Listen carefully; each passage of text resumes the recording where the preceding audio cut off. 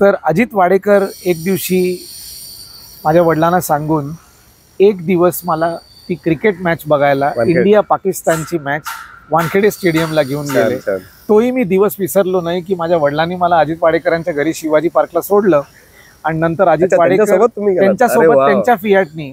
मी अगदी लहान होतो, 8 वर्षाचा होतो. एक दिवस मी अजित वाडेकर बरोबर आणि त्यांची पत्नी पण होती त्यांच्या बरोबर.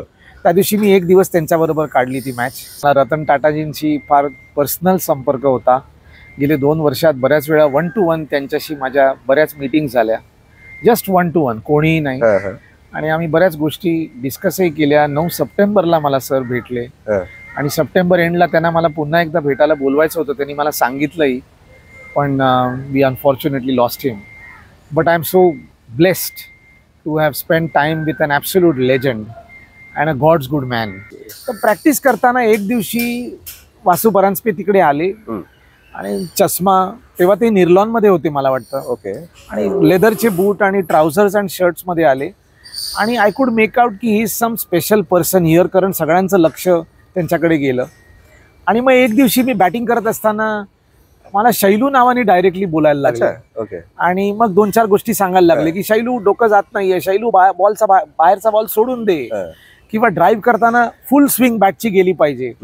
अशी थोडी सुरुवात झाली. नॉर्मली जर का सर्जन्स त्यांच्या आयुष्यामध्ये 50 किंवा 100 अशा प्रकारची ऑपरेशन्स करत असतील तर they are considered to be experience surgeons.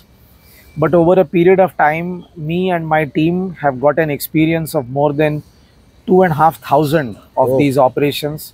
आणि दरवर्षी साधारण 200, 250 ते 300, 200 नाहीच, 250 ते 300 ऑपरेशनसाठी एकतर मी करतो किंवा मी जबाबदार आहे टाटा हॉस्पिटलमध्ये. मयूर कद्रेकर चांगला प्लेअर होता, त्याला आम्ही काढला. विनोद कांबळी कॉटन बोल्ड गेला, तेही मला आठवतंय. मनीष करंडेनीच काढला त्याला हॉस्पिटलला. पण सचिन मात्र मस्त खेळत होता. 48 बॅलन्स्ड, मॅच्युरिटी. आणि मनातल्या मनात मी थोडासा घाबरून होतो की बाबा हा जर गेला नाही तर आपलं काय खरं नाही आज. पण 48 रन करून तो एक चूक झाली त्याची, तो एक लेफ्ट आर्म स्पिनरला स्वीप करायला गेला, टॉपेज लागला आणि एक राहुल चौगुले नावाचा, सगळं आठवत आहे मला. 86 ची गोष्ट आहे. He got 48. आम्ही जिंकलो, आम्ही सेमीफायनलला गेलो बालमोनच्या विरुद्ध. पण त्या दिवशी संध्याकाळी एक आठवणीची घटना म्हणजे आम्ही सगळे खुश होतो. त्यावेळेस प्रत्येक टीमनी एकमेकांना शेकहँड करणं, ग्राउंडवर येणं हे काही नसायचं. गोपाळ कोळी सर होते, भोर सर आमचे स्पोर्ट्सचे शाळेचे कोच होते. बरोबर. पण त्यावेळेस संध्याकाळी म्हणजे जायची वेळ आली तर शारदाश्रमची पण मुलं सगळी पॅकिंग वगैरे करून ते जरा नाराज होती. पण तिकडे खुर्चीमध्ये एकटाच बसून सचिन रडताना मला आठवतंय. तर ते मला जाणवलं होतं की या माणसानीच आपल्या मध्ये आला होता आणि आपण तो गेला म्हणून आपण जिंकलोय. पण त्याला भयंकर वाईट वाटतंय, कारण मॅच हरली होती. बाकीच्यांना वाईट वाटत नाही असं नाही, पण तो ओपनली तिकडे बिचारा बसून रडत होता एकटा. माझ्या मते that ability has come to me from my parents and my father. In terms of being able to speak reasonably well or not have any stage fright. पण शाळेमध्ये मी कधीच कुठल्या एलोक्युशन कॉम्पिटिशनला किंवा एक तर अभ्यास खूप करायचो नाही. वर्गामध्ये माझा नंबर 20वा 22वा, कोणाला खरं नाही वाटणार, 20वा 22वा नंबर असायचा माझा. मी काय ए डिव्हिजनचा पहिला, दुसरा, तिसरा येणारा नव्हतो. माझ्या 3 बहिणी होत्या शाळेमध्ये, त्या तिघीही पहिल्या यायच्या. त्या मराठी मीडियम मध्ये होत्या. एक बहीण तर 10 वर्षामध्ये 9 वर्ष शाळेत पहिली होती आणि 1च वर्ष ती दुसरी आली शाळेमध्ये, फक्त तिच्या वर्गात नाही. सो त्या तिघीही अभ्यास करायच्या. माझा क्रिकेट हा आजार आणि क्रिकेट या 2 गोष्टीमुळे माझा अभ्यासावर लक्ष कमी होतं. अभ्यास केला तर मार्क बरे मिळायचे, पण क्रिकेट हे इतकं महत्वाचं होतं की 10वी मध्ये सुद्धा मी प्रिलिम मिस केली. आता खरं वाटेल का तुम्हाला, लोकांनी त्यांचं नाव घेतलं होतं की 87च्या ऑस्ट्रेलियाच्या टूरसाठी बीडी देसाईंचा विचार केला पाहिजे, पण तो नाही खेळू शकला. पण ते पण तिकडे माटुंगा जिमखानाला टेनिस कोच असायचे आणि त्यांचा पत्रिकेवर खूप विश्वास होता. ओके. आणि अभ्यास होता. विश्वास म्हणजे अभ्यास. ते बोलले तू एवढा चांगला खेळतो, अंडर 15 खेळतो, 50 करतो, 60 करतो, 70 करतो आणि चांगले कव्हर ड्राईव्ह मारतो आणि आउट होतोस, तुझी पत्रिका आण माझ्याकडे.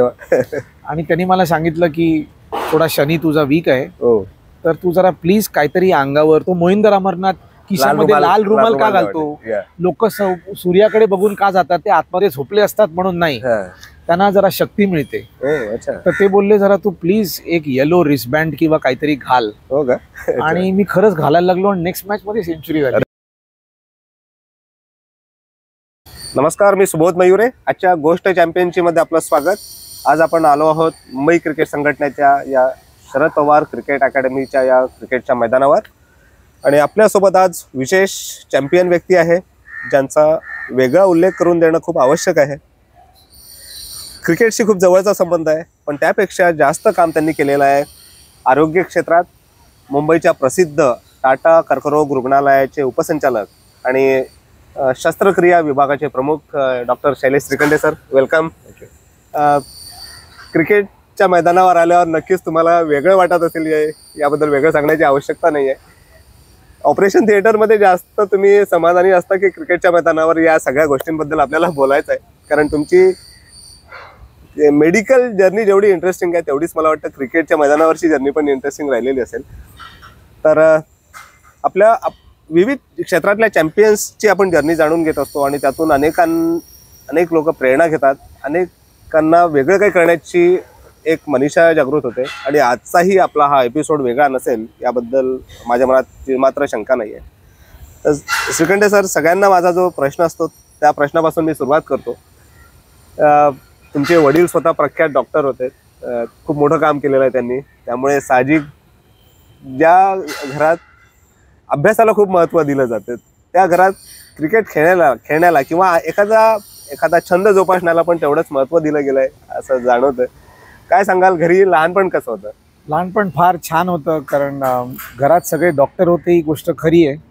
आई पण डॉक्टर, तिला डबल प्रमोशन मिळालं होतं. तिने शाळा 9 वर्षातच संपवली, 11 वर्षाची शाळा 9 वर्षातच तिने संपवली. ती पण डॉक्टर होती, वडील पण सर्जन होते.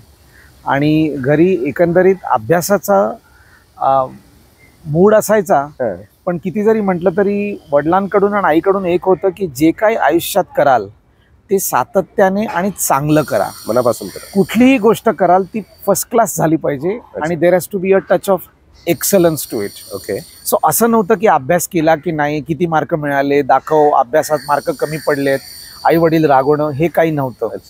पण क्रिकेटच्या दिशेने मी का गेलो, ही गोष्ट फार सोपी आणि नशिबाची गोष्ट आहे. मी जेव्हा 78-77 साली मला एक रेअर किडनी प्रॉब्लेम झाला स्वतःला, ज्याला आपण मिनिमल चेंज नेफ्रॉटिक सिंड्रोम म्हणतो.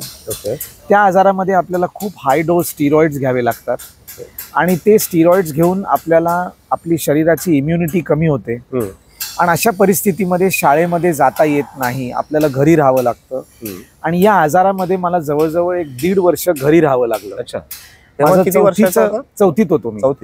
सो तिसरीतले 7 महिने आणि तिसरीतली मी परीक्षा दिली, पास झालो. पण चौथीमध्ये मी एकही दिवस शाळेला जाऊ शकलो नाही.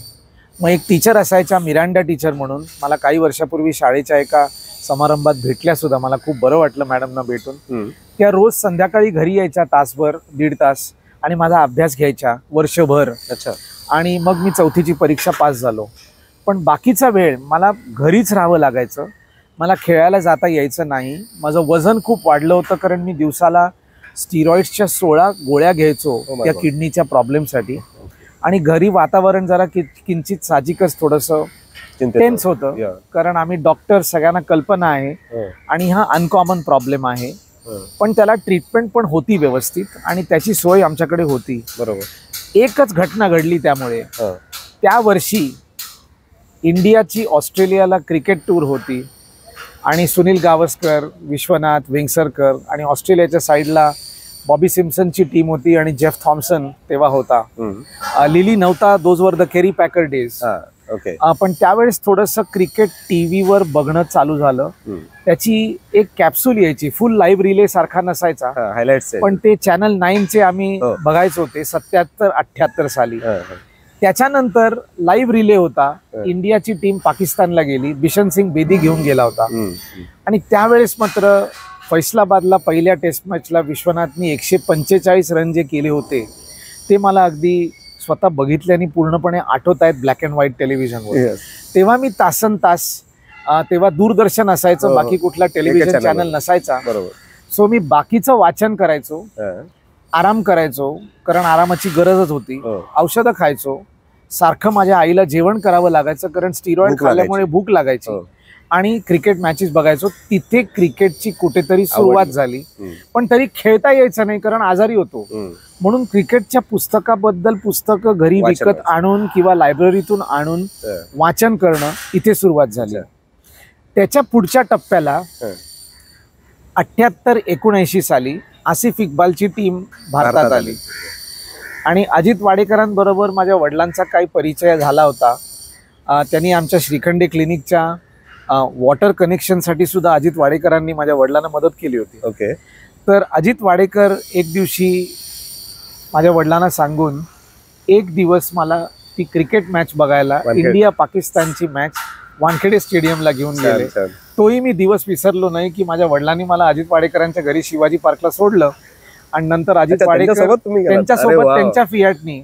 मी अगदी लहान होतो, 8 वर्षाचा होतो. एक दिवस मी अजित वाडेकर बरोबर आणि त्यांची पत्नी पण होती त्यांच्याबरोबर, त्या दिवशी मी एक दिवस त्यांच्याबरोबर काढली ती मॅच.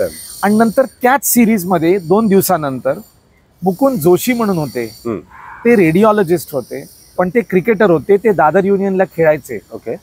तर मुकुंद जोशींना मूलही नव्हतं तेव्हा, आणि मुकुंद जोशींनी मला काही अप्रतिम क्रिकेटची पुस्तकं दिली जी आजही माझ्याकडे आहेत. ती मी पूर्ण वाचून काढली आणि त्यांनी सुद्धा एक दिवस मला BCAच्या, तेव्हा BCAचं पॅव्हिलियन होतं, बॉम्बे क्रिकेट असोसिएशनचं, म्हणजे सध्या ज्या ड्रेसिंग रूम्स आहेत तिकडे असं एक पॅव्हिलियन होतं. बरोबर. तर त्या BCAच्या पॅव्हिलियनमध्ये मी, डॉक्टर लाडांचा मुलगा डॉक्टर नंदू लाड, डॉक्टर मुकुंद जोशी, त्या दिवशी मी आणखीन एक टेस्ट मॅच बघितली ज्या दिवशी रॉजर बिनीनी झाहीर अब्बासला क्लीन बोल्ड केला होता आणि आपण ती टेस्ट मॅच जिंकलो सुद्धा. अच्छा, मला वाटतं राजू कुलकर्णीची जे डेब्यू टेस्ट होती. नाही, राजू कुलकर्णी 86 साली आला, ऑस्ट्रेलियाच्या. ही 78 सालाची सिरीज आसिफ इक्बालची. Okay okay. सो तेव्हा सुद्धा मी 8-9 वर्षाचाच होतो, पण क्रिकेटमध्ये आवड मात्र भयंकर निर्माण झाली त्या वर्षांमध्ये. तो जो आजार होता लहानपणीचा, हो, मेडिसिन तर तुम्ही घेतच होता, ट्रीटमेंट घेत होता, पण क्रिकेटनी पण टॉनिक म्हणून त्याच्यावर मदत केली. डोक्याचा वापर झाला. डोक्याचा वापर आणि अभ्यासा पलीकडे बाकीच्या पण महत्वाच्या गोष्टी असतात ज्याचं आपण वाचन करावं. हो. इंस्टाग्राम आणि फेसबुक नाही, हा माझा एक यंग जनरेशनला एक रिक्वेस्ट राहील. खूप महत्वाचा मेसेज की इंस्टाग्राम आणि फेसबुक चांगलं आहे, ट्विटर चांगलं आहे जर का आपण ते आपल्या कामाच्या संदर्भात वापरत असू तर. पण त्याच्या पलीकडे it is a waste of time. ते सुद्धा मी TV बघताना मी हिंदी पिक्चर बघायचो नाही, मी फक्त क्रिकेट बघायचो आणि क्रिकेटचा अभ्यास करायचो. सो कुठलाही छंद असेल, क्रिकेटचा असो, फुटबॉलचा असो, नॅशनल जॉग्राफिकचा असो, वाईल्ड लाईफचा असो, टेक्नॉलॉजीचा असो, एक चांगला छंद असावा आपल्या शाळेच्या पलीकडे, अभ्यासाच्या पलीकडे, ज्याचा पण आपण सखोल अभ्यास करावा. गार्डनिंग असो, मेकिंग अ पिच असो, क्रिकेट ग्राउंड असो, क्रिकेट बॅट असो, एवढ्या गोष्टी आपल्याला मनापासून, पण त्याच्यामध्ये we have to be excellent. ही एक मात्र घरी एक सगळ्यांनाच एक अशी प्रेरणा होती, सगळ्यांनाच एक हे शिक्षण होतं आणि हे शिक्षण जास्ती महत्वाचं होतं घरचं. आणि तिथे कुठेतरी आवड निर्माण होऊन घरामध्ये क्रिकेटचं काही बॅकग्राऊंड नसताना क्रिकेटच्या दिशेने आवड होती. क्रिकेट बघायची नाही, काही संबंध नाही. ते त्यांनी बिचाऱ्यांनी काम केलं आणि त्यांच्या ओळखीने मुकुंद जोशी वगैरे सगळे ऑफकोर्स त्यांना खूप मानायचे त्यांच्या कामासाठी. त्यांच्या लक्षात आलं की डॉक्टर श्रीखंडांच्या मुलाला क्रिकेटमध्ये इंटरेस्ट आहे. सो जे 2-4 डॉक्टर होते ज्यांना क्रिकेटमध्ये इंटरेस्ट होता, कृष्णा जोशी अनेस्थेटिस्ट, मुकुंद जोशींचे भाऊ, त्यांनी मला हडकर सरांकडे 1981 साली घेऊन गेले. फर्स्ट तुमचे इंट्रोडक्शन क्रिकेट मैदानावरचं, तुमचं एक प्रश्न असेलच बहुतेक, ते इंट्रोडक्शन हेमंत हडकरांकडे झालं आणि ते इंट्रोडक्शन माझं झालं ते 1981 साली कृष्णा जोशींनी केलं. आणि अगदी काल परवापर्यंत हडकर सरांसोबत तुम्ही खेळत होता. अगदी गेल्या वर्षी गेले. हो, खूप मोठं योगदान आहे त्यांचं पण क्रिकेटला, खूपच. पण जेव्हा क्रिकेटच्या मैदानावर तुमच्या पावलं जायला लागले की तुम्ही जायला लागला खेळायसाठी, हो, तेव्हा घरून सपोर्ट होता? ओके, सपोर्ट होता की त्याला एवढा इंटरेस्ट आहे, त्याचा अभ्यास आहे आणि त्याला खेळायची हाऊस आहे, तर सपोर्ट होता. पूर्ण सपोर्ट होता की जा खेळ, काही प्रॉब्लेम नाही. काय आठवणी आहेत हडकर सरांच्या त्या अर्ली डेज मध्ये? पहिल्या दिवशी जेव्हा मी हडकर सरांकडे गेलो तेव्हा तिकडे बरीच मुलं होती आणि तिकडे मी उभा राहिलो, कपडे वगैरे घातले, बूट घातले, टोपी होती आणि उभा राहिलो. आणि त्यावेळेस ते तिकडे मॉडर्न व्यायामशाळा होती माटुंगा जिमखान्याच्या त्या बाजूला, रेल्वे ट्रॅकच्या साईडला. तर हडकर सरांचं नेट त्या बाजूला असायचं, सर्वात त्या बाजूला. पोद्दारच्या साईडला नाही, त्या बाजूला. आता इकडे असते, आता इकडे असतं. आता मी ते चालू ठेवलंय गेले 2-4 वर्ष सरांच्या आठवणीसाठी. पण तेव्हा सुरुवात झाली तेव्हा तिकडे होतो. पण आल्या आल्या 5 मिनिटं उभं राहिलो असीन नसीन, सरांनी लगेच 2 बॉल आणले आणि मला कॅचेस घ्यायला सांगितले आणि इन्व्हॉल्वमेंट करायला लागले. आणि मग पहिल्या दिवशी संध्याकाळी सगळं नेट झाल्यानंतर त्यांनी 3 बॉल समोर ठेवले, मला हातात बॅट दिली धरायला. मग मला विचारलं बॅट कशी धरायची, मी त्यांना दाखवली. मग त्याच्यामध्ये त्यांनी थोडी ऍडजस्टमेंट केली आणि नंतर 3 समोर बॉल ठेवले, मिडल स्टंप वरचा बॉल, ऑफ स्टंप वरचा ball, outside the off stump वरचा बॉल आणि चौथा बॉल लेग स्टंप वरचा बॉल. आणि त्या बॉलला कसं पोचायचं, फक्त बॅट पोचण्यासाठी तो पाय कुठे पाहिजे, बॅट कुठे पाहिजे आणि ती बॅट बरोबर बॉलला कशी लागली पाहिजे.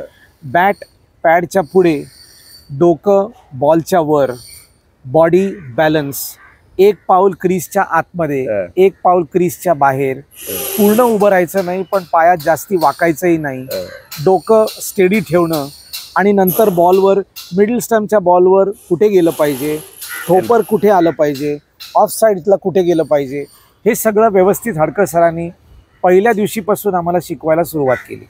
त्याचबरोबर मला वाटतं वासू सरांचं पण कॉन्ट्रीब्युशन तेवढंच महत्वाचं आहे. मी असा खेळत असायचो आणि मला माहित नव्हतं तेव्हा वासू परांजपे कोण होते. आणि मी प्रॅक्टिसला जायचो. नंतर शाळेच्या टीमला 7वी मध्ये मी एकटाच होतो जो 7वी मध्ये शाळेच्या टीमला सिलेक्ट झालो. सहजासहजी मुलं 8वीत सिलेक्ट व्हायची, पण मी 7वीतच सिलेक्ट झालो. एक्स्ट्राज मध्ये होतो. पण 1982च्या टीम मध्ये माझा पहिला कॅप्टन अमित तेंडुलकर आणि विनायक महाजन आणि नंतर संग्राम सावंत शाळेमध्ये. तर तेव्हा पण मी सिलेक्ट झालो. तर शाळेची प्रॅक्टिस असायची आम्हाला. शाळेमध्ये एक स्पेशल 6 पिरियड नंतर 3:30ला आम्हाला सोडून द्यायचे. सगळ्या मुलांना फार हेवा वाटायचा, कारण आम्ही वर्गात टीचरना सांगायचो की मॅडम 6 पिरियड झाले, 3:35ला 6वा पिरियड संपायचा, 4:45ला शाळा संपायची, पण आम्ही 1 तास 10 मिनिटं आधी निघून जायचो आणि ग्राउंडवर जाऊन खेळायचो. तर प्रॅक्टिस करताना एक दिवशी वासू परांजपे तिकडे आले आणि चष्मा, तेव्हा ते निर्लॉन मध्ये होते मला वाटतं, आणि लेदरचे बूट आणि ट्राउझर्स अँड शर्ट्स मध्ये आले. आणि आय कुड मेक आउट की he is some special person here, कारण सगळ्यांचं लक्ष त्यांच्याकडे गेलं. आणि मग एक दिवशी मी बॅटिंग करत असताना मला शैलू नावाने डायरेक्टली बोलायला लागले. आणि मग 2-4 गोष्टी सांगायला लागले की शैलू डोकं जात नाहीये, शैलू बॉलचा बाहेरचा बॉल सोडून दे, किंवा ड्राईव्ह करताना फुल स्विंग बॅटची गेली पाहिजे. अशी थोडी सुरुवात झाली. पण नंतर मला लगेच कळलं की जतीन परांजपेचे वडील वासू परांजपे. आणि ज्या दिवशी 81 साली मी जॉईन केलं हडकर सरांचं नेट, त्याच्या दुसऱ्या दिवशी जतीननी जॉईन केलं. सो माझं आणि जतीनचं क्रिकेट, सीझन बॉल क्रिकेट जवळपास एकच दिवस फरक आहे. आणि तेव्हापासून आमची मैत्री. आणि मला वाटतं त्याच किंवा त्या दुसऱ्या वर्षी तुम्ही गायलशील्ड चॅम्पियन झाला होता. नाही, आम्ही गायलशील्ड चॅम्पियन झालो 86 साली. आणि मी 83, 84, 85 साली सिनियर्स बरोबर गायलशील्ड, हॅरिसशील्ड, अंडर 14 आणि 16 दोन्ही खेळायचं. अंडर 14, अंडर 16 दोन्ही खेळायचो. पण किंग जॉर्जला गायलशील्ड जिंकवण्यात ती जी जर्नी होती 2-3 वर्षाची, आणि खास करून तुम्ही त्या वर्षी सगळ्याच मातब्बर शाळांना हरवलं होतं. हो. आणि फायनल मध्ये तर मला वाटतं सचिनला हरवून तुम्ही नाही, फायनलला राहुल गणपुलेचं मला पहिलं नाव लक्षात येत नाहीये, तो शारदाश्रम मराठीचा कॅप्टन होता. आणि आमची फायनल शारदाश्रम मराठी बरोबर, मराठी सोबत. आमची क्वार्टर फायनल सचिनच्या टीम बरोबर होती, ती शारदाश्रम इंग्लिश. ते पण कसं ऐकायला आवडतील क्वार्टर फायनल. नक्की. सो आम्ही जिंकलो 86 साली. पण तेव्हा 2-3 गोष्टी कारणीभूत होत्या. एक तर आमच्या टीम मध्ये असे कोण सुपरस्टार्स असे कोण नव्हते. त्याच्या आधीच्या काही वर्षांमध्ये आमच्या टीम मध्ये चांगले प्लेयर होते, चांगल्या प्लेयर्सचं नाव होतं, त्यांचे काही जणांचे मोठे रन्स होते. पण तिकडे एक फार चांगलं शिक्षण मिळालं 86 साली. The concept of team work. 11 people contributing with hard work and working together for a common cause gets uncommon results. You can also have many other people with big names, big reputations, big abilities, but if you don't gel well as a team, ते result तर त्या tournament जिंकल्या होत नाहीत. बरोबर. So 83, 84, 85, 86 साली आम्ही बरे खेळलो, ते जुळून यायला पाहिजे फायनलला सगळं. पोहोचलो, पण सगळं जुळून नाही आलं. मोठे नामवंत प्लेअर असूनही, सिनियर्स असूनही. आणि मात्र 86 साली आमची टीम चांगली होती, पण सर्वात जास्त क्रेडिट मी 2 जणांना देईन. गोपाळ कोळी सर जे आमचे कोच होते, आणि माझा मित्र केदार गोडबोले. बरोबर. त्या वर्षी केदार गोडबोलेनी मात्र सेंचुरी मारली, डबल सेंचुरी मारली. केदारच लीड करत होता. केदार लीड करत होता गाईलशील्ड 1986 मध्ये. मी व्हाईस कॅप्टन होतो आणि माझा परफॉर्मन्स चांगला होता. मी 5 मॅचेस मध्ये प्रत्येक मॅचला मी 50 मारले. पण 50 मारून मग काहीतरी फालतू LBW आउट होणं किंवा जरा चुकीचं डिसिजन अंपायरिंग मिळणं किंवा रनआउट होणं, केदार बरोबरच अंजुमन इस्लाम बरोबर आमच्या दोघांची 163ची पार्टनरशिप झाली होती. केदारनी त्या दिवशी 200 केले आणि माझे पण सहज 56 झाले होते. पण ते मोठ्या सिली मिसअंडरस्टँडिंग मध्ये मी रनआउट झालो. मी केदारवर खूप रागवलो पण होतो तेव्हा.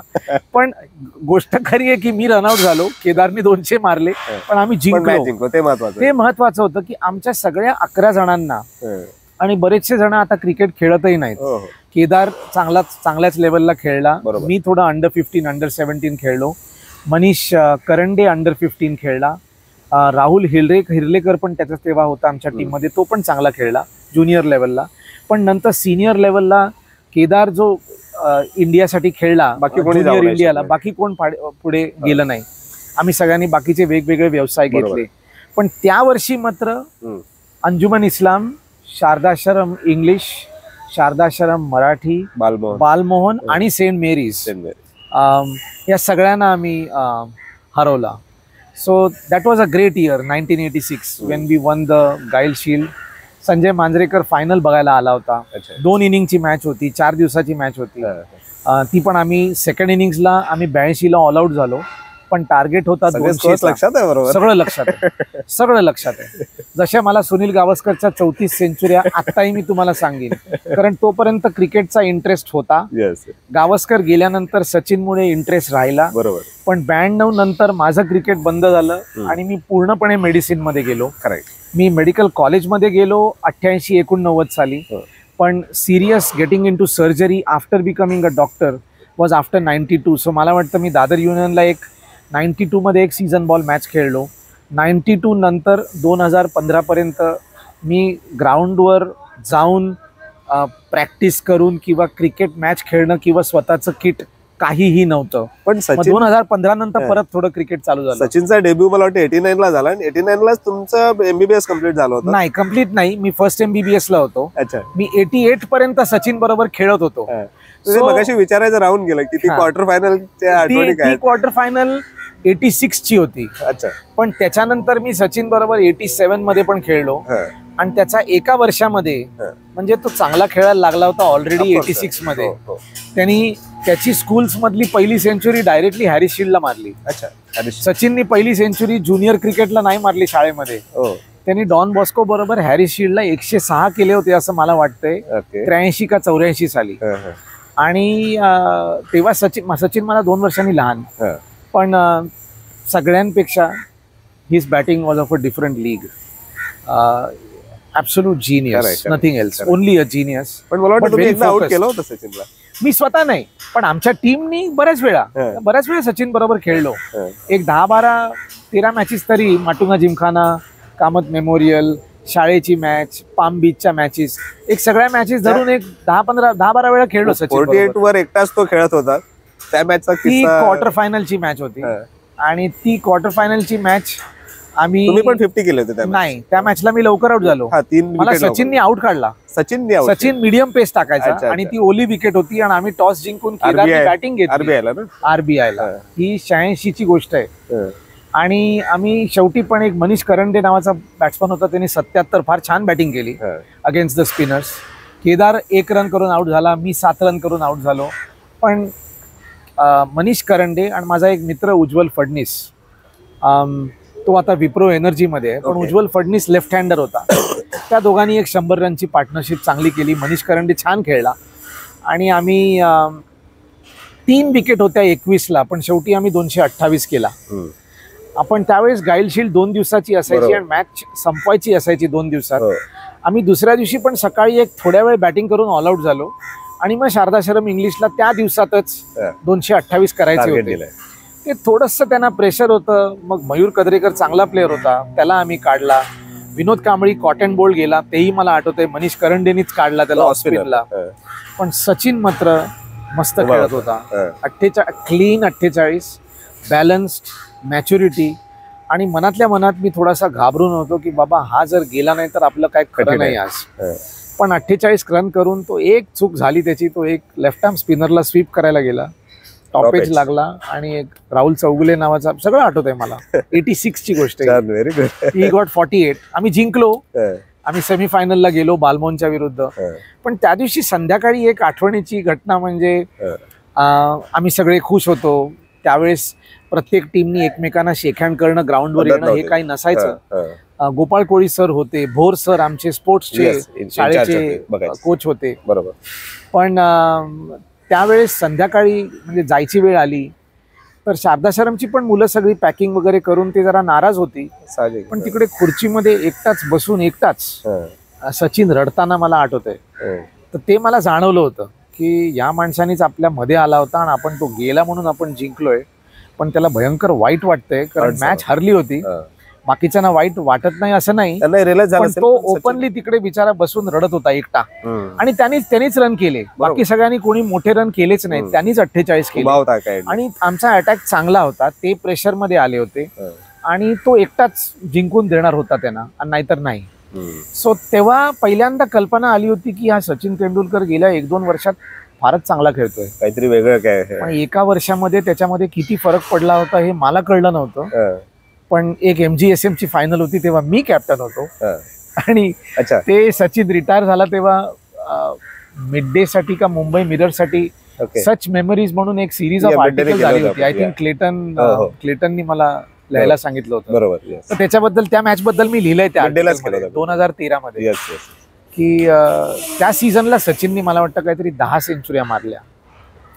शाळेमध्ये जर एखादी सेंचुरी मारली तर तो प्लेअर चांगला असायचा आणि जर 2-3 सेंचुऱ्या मारल्या, जतीननी शाळेमध्ये 3 सेंचुऱ्या मारल्या होत्या तेव्हा जतीनचं नाव बऱ्यापैकी मोठं झालं होतं.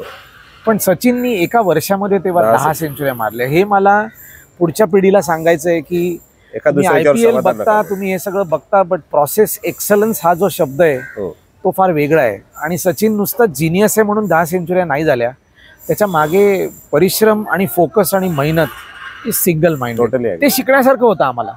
ते आम्हाला जाणवलं होतं. पण पुढच्या वर्षी 87 साली मी ते अनुभवलं.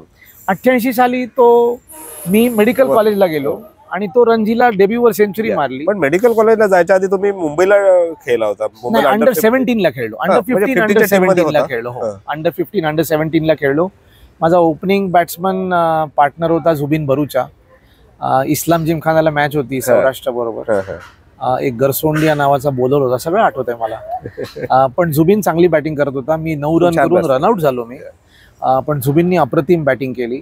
पण त्या दिवशीच Mrs Indira Gandhi died. She was assassinated that day. ती मॅच रद्द झाली आणि आम्हाला सगळ्यांना डॉर्मेटरी मध्ये जाऊन राहायला लागलं. पण ती पण एक आठवण आहे की 83 साली जेव्हा अंडर 15 ला सिलेक्ट झालो तेव्हा सुद्धा सचिन सिलेक्शनला आला होता, पण तो सिलेक्ट झाला नाही. पण तेव्हा तो एक शोल्डरलेस बॅट वापरायचा आणि हडकर सर माझ्या बरोबर आले होते. मी सिलेक्ट झालो, पण हडकर सर मला बोलले तो लहान मुलगा बघ कशी बॅटिंग करतोय. आणि ती पण मला एक आठवण आहे. तेव्हा पहिल्यांदा वानखेडेला मी ग्राउंडवर गेलो आणि ग्राउंडवर सिलेक्शन साठी, ट्रायल्स साठी गेलो. तामाणे सर वगैरे सगळे असतील. तामाणे सर होते, विठ्ठल पाटील होते, एकनाथ सोलकर होते, रमाकांत देसाई होते. त्यानंतर पॉली उमरीकर बघायला आले, पण सिलेक्टर होते दिलीप सरदेसाई. सो दिलीप सरदेसाई, विठ्ठल पाटील, एकनाथ सोलकर, पॉली उमरीकर, रमाकांत देसाई हे सगळे तिकडे सिलेक्टर्स म्हणून त्यावेळेस अंडर 15 ला होते. जेव्हा मी आणि माझ्या शाळेतून संग्राम सावंत आम्ही दोघं 83 साली सिलेक्ट झालो.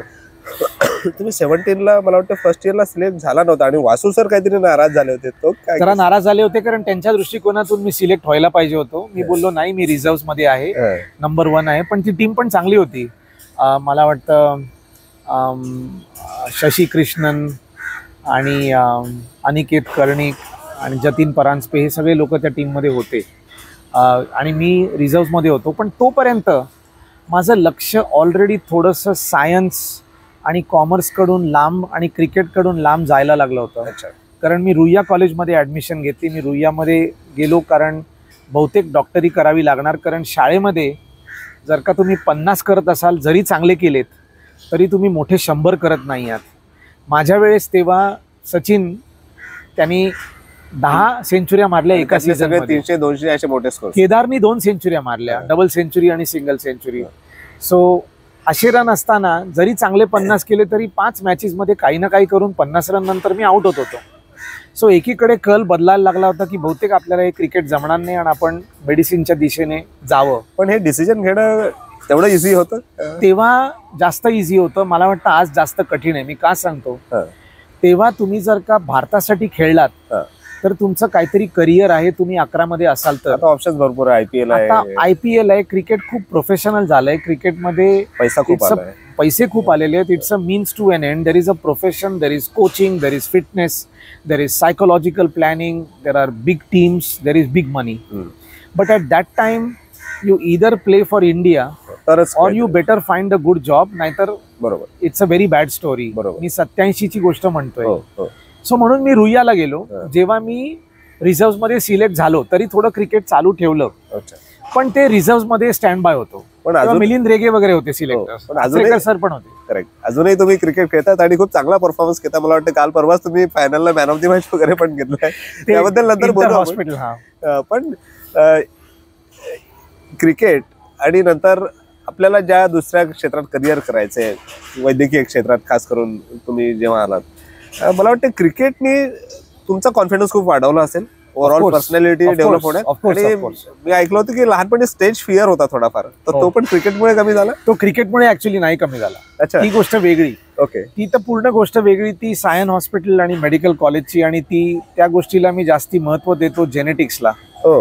माझ्या मते that ability has come to me from my parents and my father. अच्छा. In terms of being able to speak reasonably well or not have any stage fright. पण शाळेमध्ये मी कधीच कुठल्या एलोक्युशन कॉम्पिटिशनला का भीती वाटायची शाळेमध्ये? एक तर अभ्यास खूप करायचो नाही. वर्गामध्ये माझा नंबर 20वा 22वा, कोणाला खरं नाही वाटणार, 20वा 22वा नंबर असायचा माझा. मी काय A डिव्हिजनचा पहिला, दुसरा, तिसरा येणारा नव्हतो. माझ्या 3 बहिणी होत्या शाळेमध्ये. त्या तिघीही पहिल्या यायच्या. त्या मराठी मीडियम मध्ये होत्या. एक बहीण तर 10 वर्षामध्ये 9 वर्ष शाळेत पहिली होती आणि 1च वर्ष ती दुसरी आली शाळेमध्ये, फक्त तिच्या वर्गात नाही. सो त्या तिघी अभ्यास करायच्या.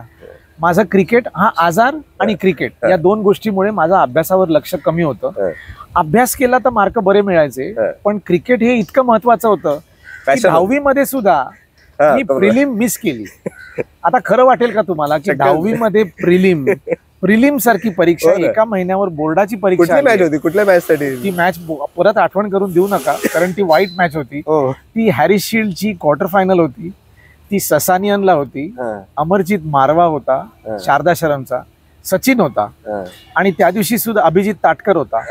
आणि त्या दिवशी मीच फक्त 18 रन केले.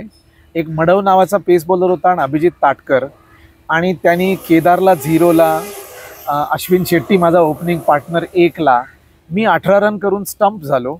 आणि आमची टीम त्या दिवशी ससानियनला ग्रीन विकेट होती आणि 90ला आम्ही ऑल आउट झालो. आता ती 2 दिवसाची मॅच होती. एका दिवशी जमले. तर सचिन तिकडे कुरकुर केले. सचिननी, आमची खुन्नस होती शारदा शरम बरोबर, पण सचिन बोलला, अरे यार आज पण बॅटिंग नाही मिळणार, कारण सचिन नंबर 4ला जायचा. आणि त्या मारवानी 40 केले आणि त्यांनी 90 रनला 1 विकेट का काहीतरी करून शारदा शरम जिंकले. पण आमचं प्रेशर दुसरंच होतं की 2 दिवसाची मॅच, मग उद्या जर परीक्षा असेल तर परीक्षा द्यावी लागेल. हा एक विचार होता. ही 86ची गोष्ट आहे. सो त्यावेळेस सुद्धा आम्ही चक्क प्रिलिम मिस केलेली आहे शाळेच्या. घरून काही हे नाही झालं, परीक्षा एवढी महत्वाची? तसा रिझनेबली हुशार आहे. स्वच्छ राहा, नीट वाग, अभ्यास चांगला कर, नंतर होईल सगळं, असा होता विचार. आणि क्रिकेट जरा मुंबईसाठी खेळलाय, बरा खेळतो. वासू परांजपे म्हणतायत चांगला खेळतो. चंद्रकांत पंडितनी मला एकदा बॅटिंग करताना वानखेडेला रणजी ट्रॉफीची टीम प्रॅक्टिस करत होती आणि अंडर 15 ची होती. उमेश कुलकर्णी आमचे कोच होते आणि ते लेफ्ट आर्म पेस बॉलर तेव्हा पण टाकायचे. तर मला बॅटिंग करताना चंद्रकांत पंडितनी बघितलं आणि एकदा मला बोलवलं तिकडे मागे आणि सांगितलं की तू मोठं क्रिकेट खेळशील. आता ह्या गोष्टी 2-4 गोष्टी कानावर आल्यावर मी घरी सांगायचो की असं चंद्रकांत पंडित एक क्रिकेटर आहेत मुंबईचे. घरी क्रिकेटचा काही कोणाला काही कल्पनाच नाही, काहीच क्रिकेट बॅकग्राऊंड नाही. जतीनच्या घरी कसं सगळं क्रिकेट असायचं ऍक्च्युअली. सो माझा काहीच संबंध नव्हता. पण दिलीप वेंगसरकर माझ्या वडिलांचा परिचय डॉक्टर म्हणून आणि त्यांच्या वडिलांचं माझ्या वडिलांनी ऑपरेशन केलं होतं. दिलीप वेंगसरकरनी मला 9वी मध्ये बॅट दिली. नाही सेंट पीटर्स SP ची बॅट दिली. ती बॅट माझ्याकडे अजूनही मी आठवण म्हणून ठेवलेली आहे. तर दिलीप वेंगसरकरला मी 13 वर्षाचा असताना भेटलो. तेव्हा तो वर्ल्ड नंबर 1 होता आणि माझ्या वाढदिवसाला तो घरी एकदा आला आणि त्यांनी बॅट दिली. आणि नंतर दुसऱ्या दिवशी माझी MGSM ची मॅच होती जमनाबाई नरसी बरोबर. ती माटुंग्याला होती. तो दुसऱ्या दिवशी सकाळी स्वतःची गाडी घेऊन फियाट पशी पोद्दार कॉलेजच्या समोर गाडी थांबून उभा राहिला आणि माझी बॅटिंग बघितली आणि मी 33 रन केले. पण 33 रन नंतर मी एक मोहित मलानी नावाचा बॉलर होता, त्याला बॅटला बॉल लागला, प्लेड ऑन झाला, पायाला लागला आणि बोल्ड झालो. मग निघून गेला वेंगसरकर. पण आले होते. एक मॅच त्यांनी माझी मॅच बघितली आहे. ती 84 सालची आठवण आहे मला. सो अशा आठवणी आहेत आणि थोडं क्रिकेटचं होतं म्हणून वाटलं की थोडं अजून क्रिकेट करावं. म्हणून ते 10वी नंतर कॉमर्स का सायन्स, तेव्हा मात्र वडिलांनी आणि घरच्यांनी जरा बोलणी केली की बघ बाबा, आपल्या एवढ्या मोठ्या देशामध्ये फक्त 11 जणांचं भलं होऊ शकतं. तुला गेल्या 5 वर्षामध्ये 2दा फ्रॅक्चर झाले, 3दा. एक अंगठा 83 साली, दुसरा अंगठा 84 साली आणि एकदा नाक. तेव्हा हेल्मेट घालत नव्हतो मी. 85 मी हेल्मेट घालायला सुरुवात केली 86 साली. तेव्हा शाळेमध्ये कोणी हेल्मेट नाही घालायचं. पण माझं एक फ्रॅक्चर झालं प्रॅक्टिस करताना, डायरेक्ट नाकावर आलं. सगळी मुलं घाबरली होती, रक्तबिक्त पडलं, पण झालं ते सगळं ठीक. तर 10वीला प्रिलिम तुम्ही मिस केली होती किंवा तुम्ही म्हणता की तेव्हा मी फार टॉप रँक्स मध्ये नसायचो 22. तर मार्क पण ठीकच मिळाले आणि मार्क ठीक मिळून सुद्धा रुईयाला ऍडमिशन का मिळाली?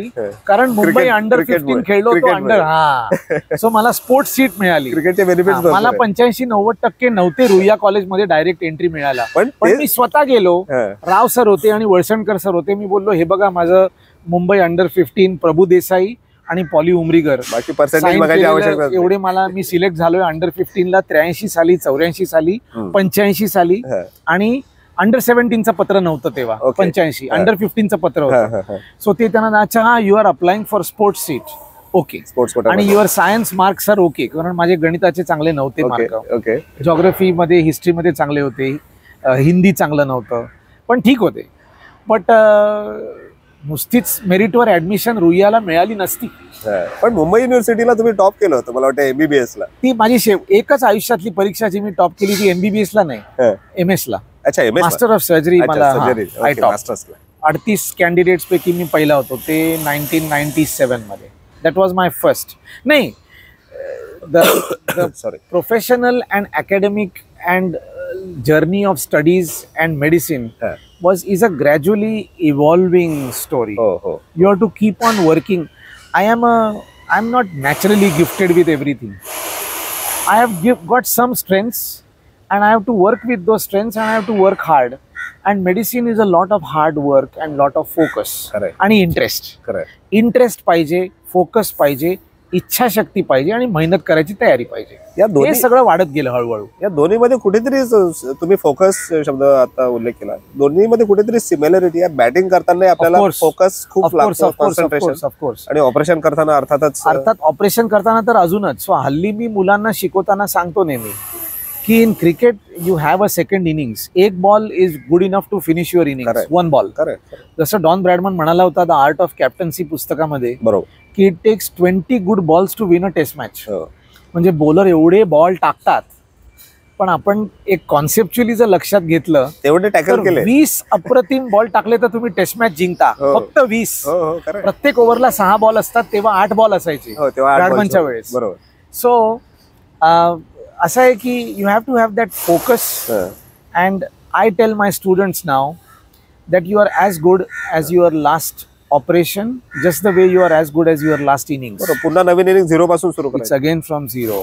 50 नंतर सुद्धा taking a guard again and starting again. 100 नंतर सुद्धा taking a guard again and starting again. So if you watch recently I had seen one video. मला वेळ असेल तेव्हा मी अधूनमधून जुने व्हिडिओज वगैरे बघतो. अच्छा. Sunil Gavaskar had scored 172 at Sydney in 1985, Alan Border's team against Craig McDermott and Bruce Reed. आणि ती त्याची सिडनीची is the only person who has hit 1 century at every Australian ground. Gavaskar. बरोबर. सो ते 85च्या टूरवर ही स्कोर्ड 172. तर त्यांनी 100 केले आणि त्या 100 केल्यानंतर you should see his reaction. 100 झाले सिडनीचे आणि 100 झाल्यानंतर he has done this and then he has done this and he has refocused की 100 झाले आता परत चालू. हे हिरोगिरी नाही आहे. This is something to learn. So same thing applies in surgery. In surgery there is no second innings, there is no out of form, there is no different pitch and overcast conditions. Every day you have to score a century. There is no second innings. If something goes wrong in surgery, you pay with the life of a patient. So there is no compromises. In fact, surgery in that sense, it's not a sport.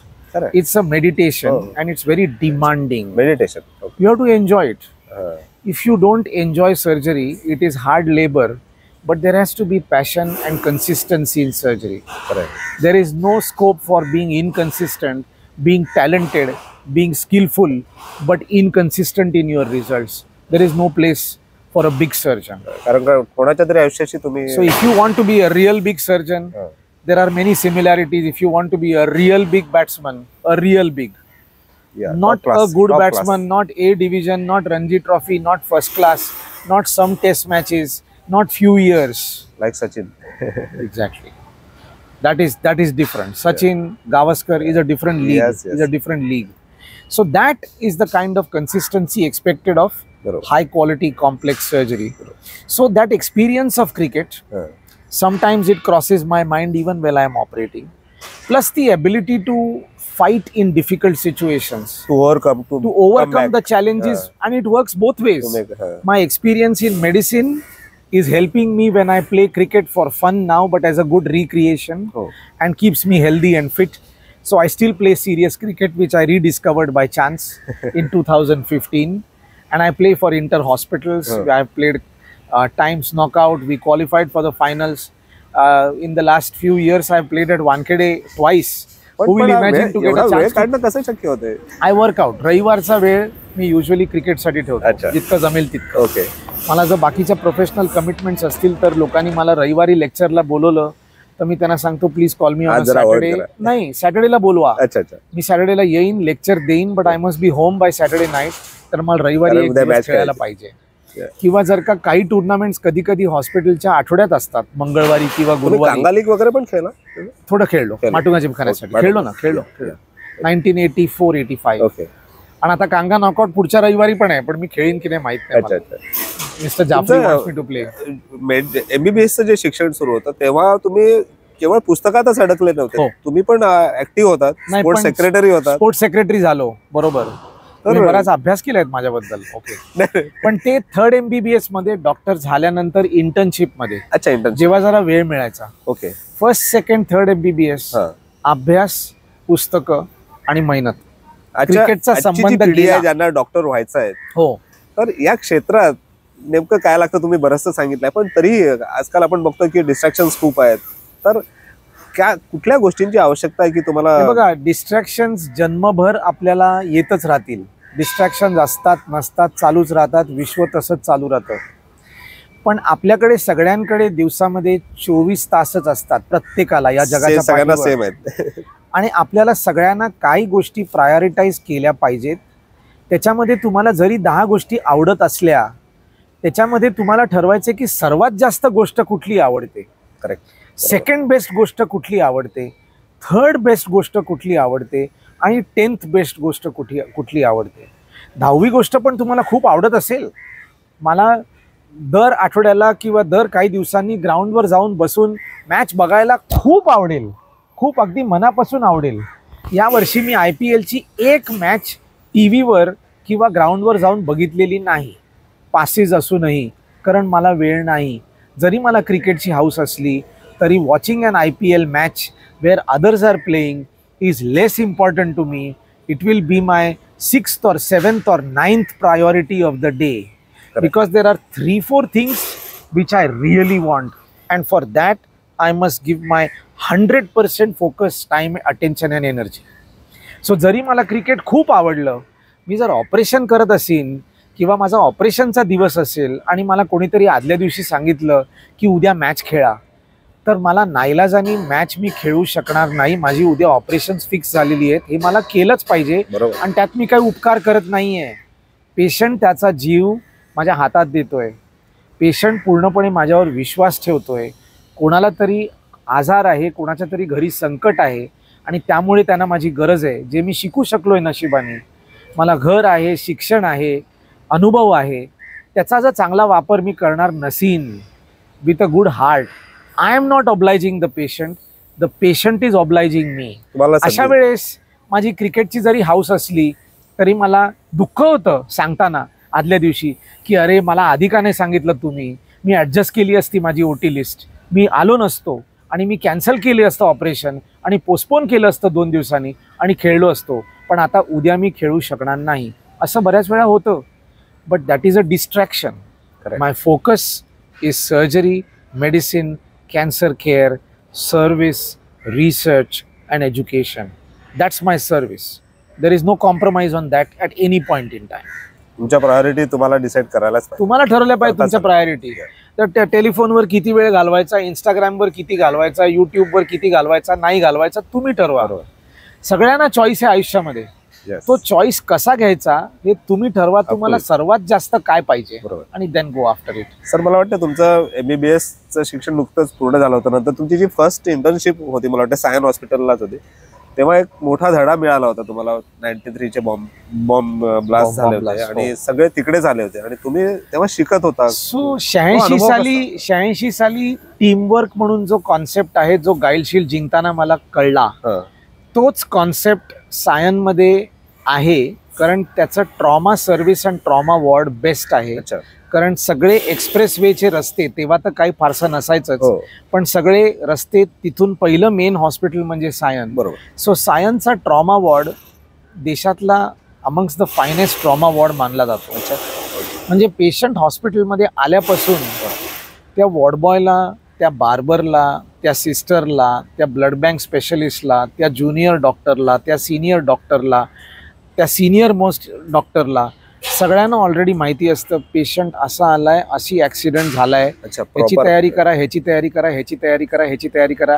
It is अ जुगलबंदी. It's a symphony of process excellence. So हे मी first सगळं पटापट होतं, न सांगता टक टक टक टक टक टक होतं सगळं. By the time the patient, त्याला म्हणतात डोर टू नीडल टाइम. म्हणजे from the time you enter the hospital to the time you actually get your first injection, कमीत कमी वेळ आणि बऱ्याच गोष्टी ज्या केल्या पाहिजेत त्या सगळ्या झालेल्या असतात already Wien the patient comes. आणि तेव्हा तुम्ही त्या सगळ्या प्रोसेस मधून गेला होता. त्या प्रोसेस मधून मी थोडाफार गेलो होतो. मी इंटर्न होतो तेव्हा, म्हणजे मी नुकताच डॉक्टर झालो होतो. First MBBS, second MBBS, third MBBS आणि 93 साली. पण तो विदारक अनुभव असेल. म्हणजे नाही, तेव्हा एका दुपारमध्ये मी साधारण 250 ते 300 रुग्णांना, आम्ही सगळे यंग इंटर्न्स एकत्र येऊन सिनियर डॉक्टरांच्या हाताखाली काम करून, वॉर्डबॉय नर्सेस बरोबर काम करून इतकी आम्ही मदत करू शकलो. पण 3 ते 4 तासामध्ये everything was under control. Weather it is organising blood, धावपळ करा, लोकांना मदत करा.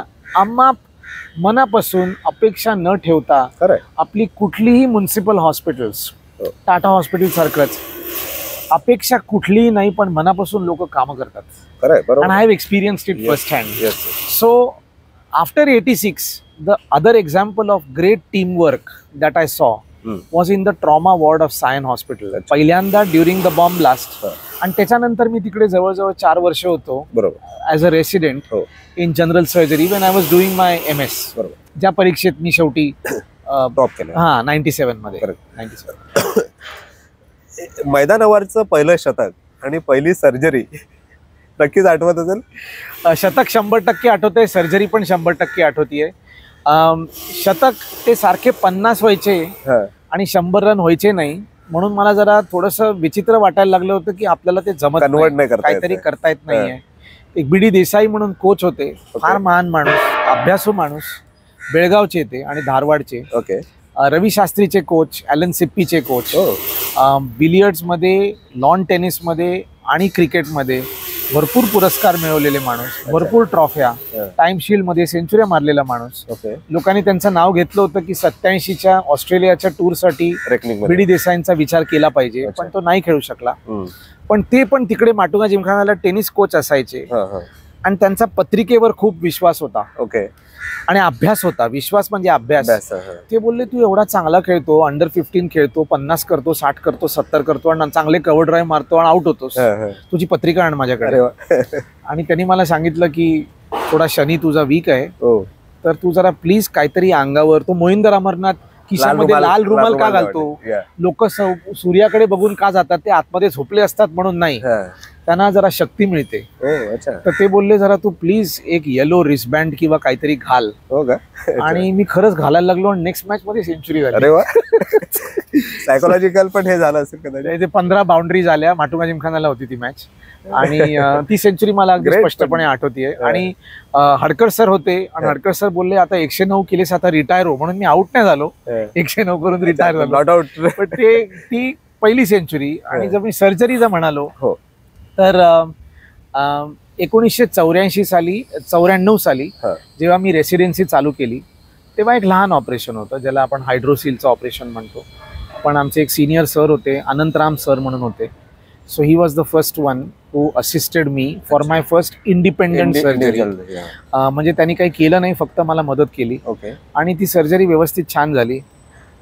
छान वाटलं. घरी मी लगेच कळवलं, तेव्हा मोबाईल फोन वगैरे नसायचे, पण मी घरी पण कळवलं, सगळ्यांना कळवलं की ऑपरेशन केलं. त्या पेशंटवर पण माझं लक्ष होतं की व्यवस्थित कसा जातोय, कसा नाही, सगळं बरोबर होतंय की नाही.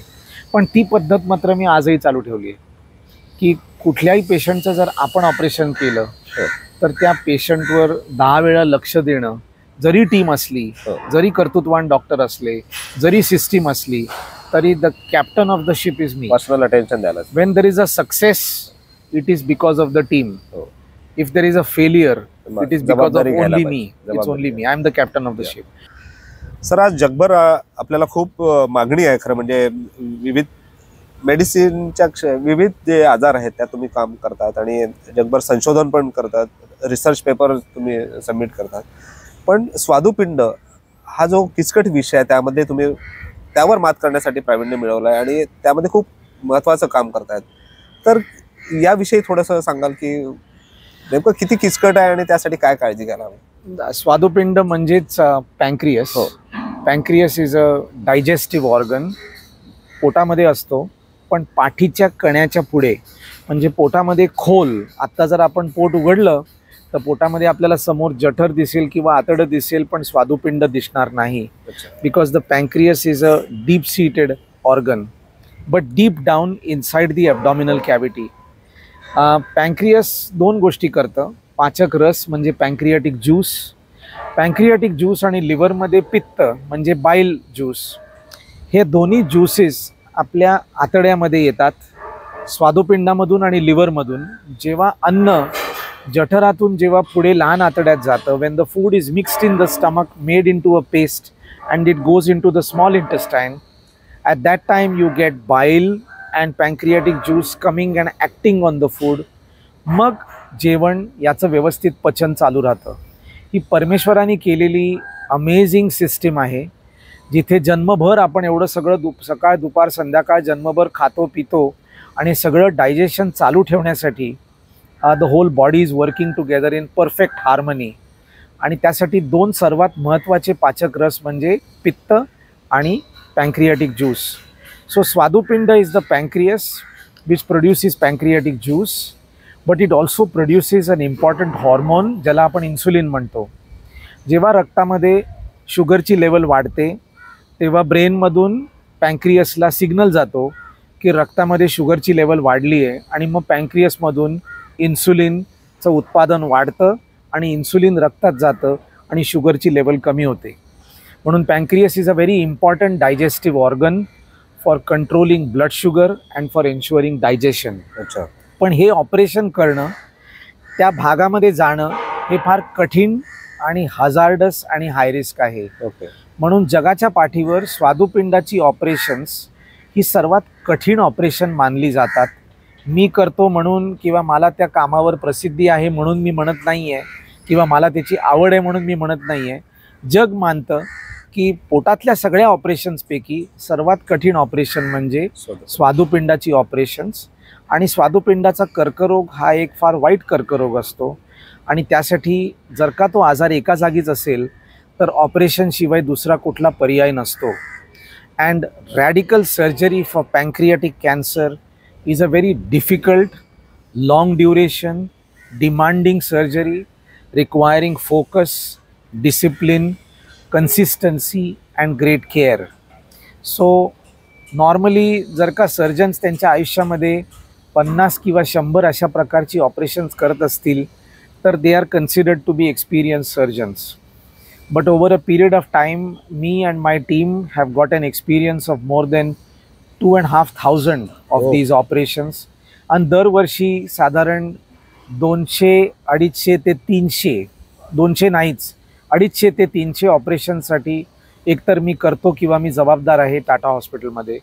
दॅट इज वाय आमच्या कामाला बऱ्यापैकी जगभर प्रसिद्धी आहे, त्याच्यावर संशोधन आहे, त्याच्यावर रिसर्च आहे. आणि it is this demanding surgery which also keeps me grounded, which also makes me value the free time that I get and also to enjoy the occasional chance I get to play cricket. पण sir, कर्करोग म्हटलं की कुठल्याही व्यक्तीला सर्वात पहिले मोठा धक्का बसतो की जेव्हा त्याला कळते किंवा घरच्या कुटुंबियांना कळते की असा आजार आहे. हो. तर सायकोलॉजिकली ते टॅकल करणं किंवा त्यासाठी मानसिक अवस्था मला वाटते खूप सक्षम असायला हवे. त्यासाठी 2-4 गोष्टी आहेत. एक तर आपला अभ्यास किंवा वाचन, जनरल वाचन जरी चांगलं असलं तरी किती म्हटलं तरी तो धक्का बसतो, तो बसतोच. इट्स अ शॉक की सहजासहजी आपली वृत्ती अशी असते की प्रॉब्लेम दुसरीकडे होतात किंवा दुसऱ्यांना होतात, आपल्याला होत नाहीत. जोपर्यंत आपल्याला होत नाहीत तोपर्यंत आपल्याला त्याची कल्पना नसते. बरोबर आहे. पण झाले की it is a shock for the patient. आणि युजली एक 2-3 फेजेस असतात. पहिला असतो शॉक, दुसरा असतो डिनायल. हे शक्य नाही, मला झालंच नाही, मी दुसऱ्या डॉक्टरकडे जातो, तिसऱ्या डॉक्टरकडे जातो, मी ही टेस्ट करतो, मला झालंच नाही, डिनायल. थर्ड इज राग, मला कसं झालंय आणि मला कसं झालं. फोर्थ इज ॲक्सेप्टन्स की झालंय. आणि फिफ्थ इज फाईट बॅक की नाही आता झालंय, आता काहीतरी केलं पाहिजे. तर ही जर जर्नी आपण कमी करू शकलो वाचनाने, सोसायटीने, फॅमिलीच्या सपोर्टनी, मित्रमैत्रिणींच्या सपोर्टनी, वाईफच्या सपोर्टनी, मुलांच्या सपोर्टनी, तर तो पेशंट जरा जास्ती म्हणजे ट्रीटमेंट इमिजिएटली सुरू होणार. आणि मग ट्रीटमेंट जर का आपल्याला वेळेवर मिळाली तर गेल्या 30 वर्षामध्ये खूप सुधारणा झाली. आता पूर्ण रिकवर होऊ शकतो. Depends on the stage of the cancer. अच्छा. म्हणून टाटा हॉस्पिटलच्या सगळ्या बसेसवर लिहिलेलं आहे बघा, सगळ्या गाड्यांवर लिहिलेलं आहे cancer is curable if detected early. अच्छा. म्हणून early detection is not easy, but now early detection is more possible than before.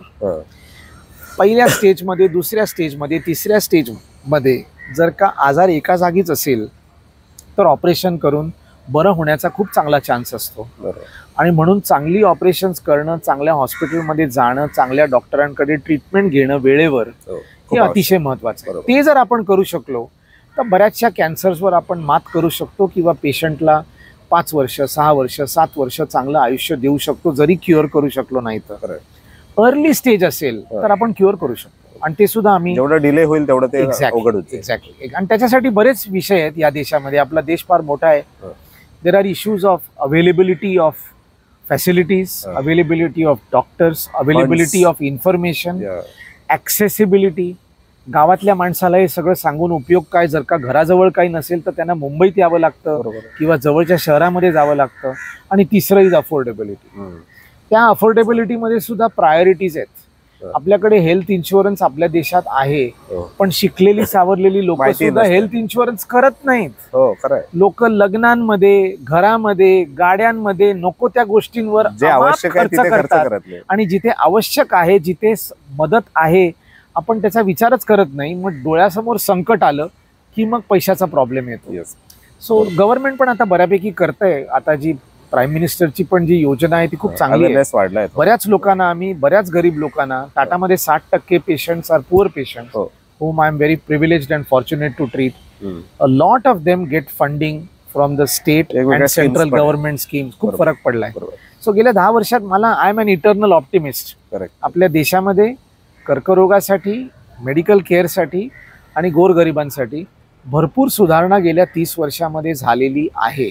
आणि मला वाटतं which is to be appreciated. बरोबर. आणि संशोधन पण खूप मोठ्या प्रमाणात वाढलंय. खूप तुम्ही वाढलंय. स्वतः खूप खूप वाढलंय. Compare to other countries. तुम्ही अमेरिकन विद्यापीठांमध्ये गेलात, युरोपियन विद्यापीठांमध्ये हो. गेलात, आपल्याकडे पण त्याच दर्जाचं संशोधन होत आहे सध्या. आपल्याकडे हुशार लोक तेवढीच आहेत आणि काही काही बाबतीत त्याच दर्जाचं आपल्याकडे संशोधन होत आहे. Technology is available, but the amount of research funding which is there, philanthropy जो प्रकार अमेरिकेत आहे मेडिकल इन्स्टिट्यूशन्स किंवा युनिव्हर्सिटीमध्ये, तो फिलॅन्थ्रॉफी प्रकार आपल्या देशामध्ये फक्त टाटानी दाखवलेला आहे, थोडा विप्रोनी दाखवलेला आहे. Okay.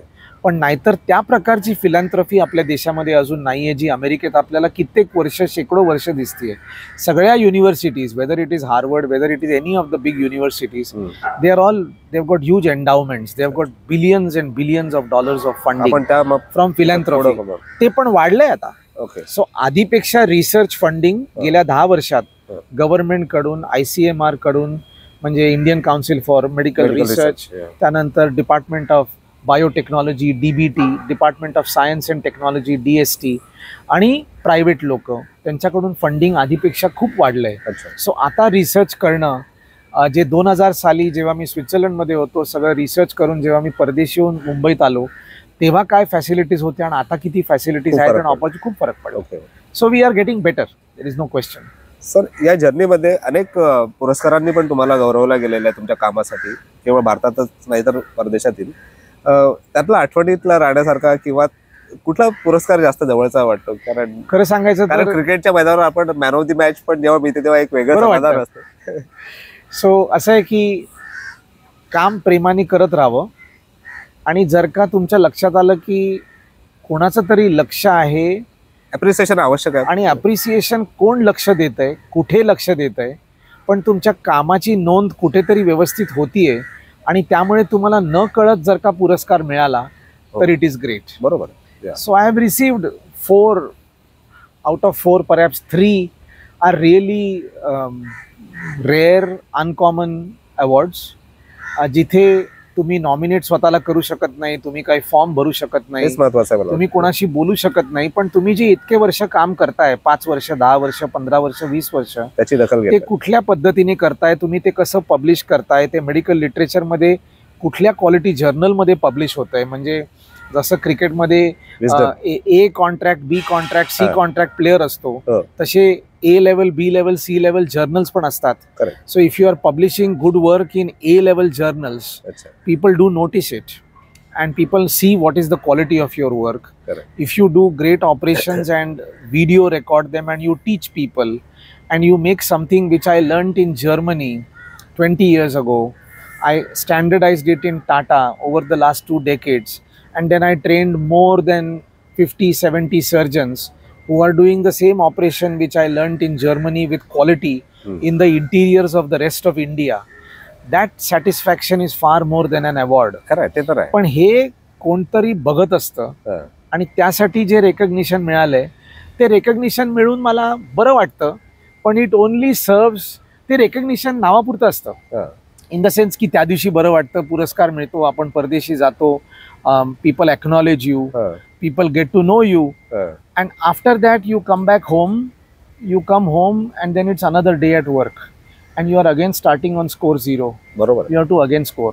So I think that motivation, actually these awards motivate me to do more and be grateful की एवढी चांगली संधी मिळाली आहे, एवढं चांगलं आयुष्य काढता आलंय आणि अजून चांगलं करावं आणि दुसऱ्यांसाठी चांगलं करावं. प्रोत्साहन मिळतं. That's all. मला वाटतं ती शाबासकीची थाप पाठीवर बसणं पण खूप आवश्यक आहे, आणि तशीच शाबासकीची थाप मला वाटते रतन टाटाजींनी पण दिलेली आहे. ओ येस, मला रतन टाटाजींची फार पर्सनल संपर्क होता.